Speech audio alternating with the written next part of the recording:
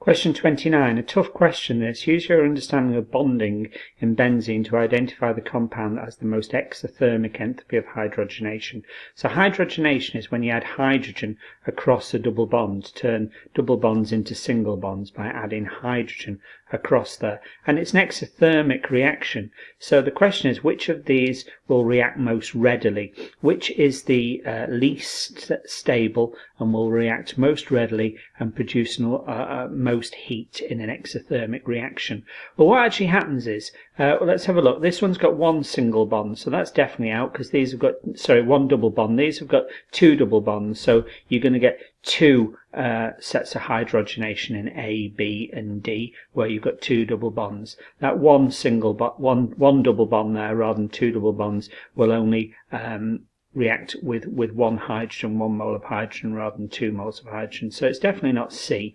The question is between A, B, and D now. So what actually happens is, when you get double bonds closer together, the electrons overlap and you get delocalization of electrons between the two bonds. So the overlapping electrons between two double bonds that are closest together and the delocalization of those electrons, the movement of the electrons between those two double bonds, creates extra stability. Stability means that it's not going to react as readily. You're not going to get an exothermic reaction as exothermic as if they're further apart. So these two are only separated by one single bond. So D and B are both separated by one single bond. A has got the double bonds furthest apart, so you get the least amount of overlap and the least amount of delocalization of electrons and less stability. Closer together you get more stability. So the answer is A, where you've got less stability and you're going to have a more exothermic reaction.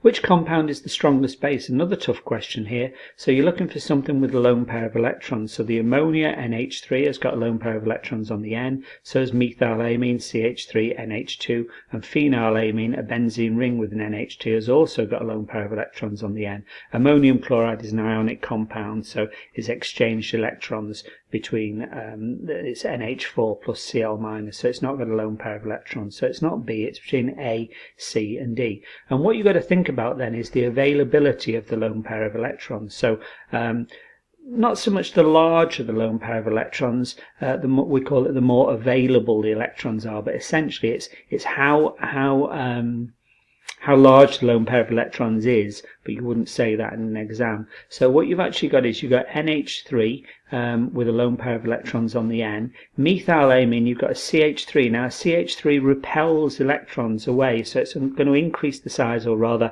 make the lone pair of electrons on the N more available than to bond to an H+. So remember, a strongest base, a base is reacting with an H+, it's reacting with H+ acid. So if that's got a lone pair of electrons on the N and it's increased in size, got larger, or rather become more available, because the methyl group is repelling electrons onto that N to increase the availability to that lone pair of electrons, so it can act as a nucleophile and react with H+, then C is more basic, a stronger base, because of the increased availability of the electrons on that N.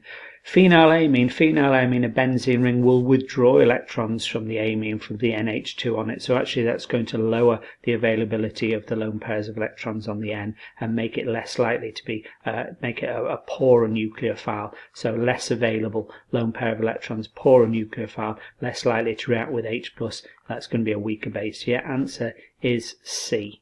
So C, the methyl group, repels electrons, makes the lone pair of electrons on the N more available to act as a nucleophile and react with H+, which is what strong bases do. That's what bases do.